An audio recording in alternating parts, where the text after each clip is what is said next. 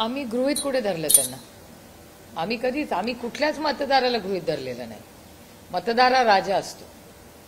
त्याच्यामुळे मतदार राजाच्या मनात काय, पण त्यातून महाराष्ट्राची केस थोडीशी वेगळी आहे. मी बिहारमध्ये आरोप का करत नाही, कारण का माझ्याकडे डेटा नाही आणि मी कधीच बिना डेटाचा आरोप करत नाही.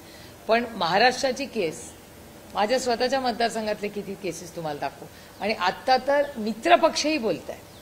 म्हणजे राष्ट्रवादी काँग्रेस पक्ष ज्याचं नेतृत्व अजित पवार करतात किंवा शिंदे गट जो आहे शिवसेनेचा, ह्या दोन्हीमध्ये जे मित्रपक्ष आहेत भारतीय जनता पक्षाचे, त्यांचेही लोक तुमच्याच चॅनलवर दाखवलेलं आहे मला की त्यांचेही काही प्रश्न आहेत वोट चोरीबद्दल.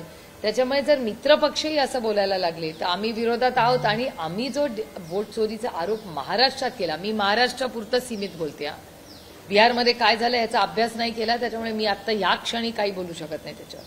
पण महाराष्ट्राचा जो डेटा आलाय तो पारदर्शकपणे आम्ही तुमच्यासमोर मांडलाय. आणि तो मी तुमचे मनपूर्वक आभार मानते की जेव्हा जेव्हा आम्ही आरोप केले, तुम्ही संध्याकाळी त्या जागे जाऊन त्याचा काय वास्तव आहे हे राज्याला दाखवलं. म्हणजे आत्तापर्यंत आम्ही जे जे आरोप महाराष्ट्रात केले त्याच्यातला एकही आरोप खोटा नाही ठरला.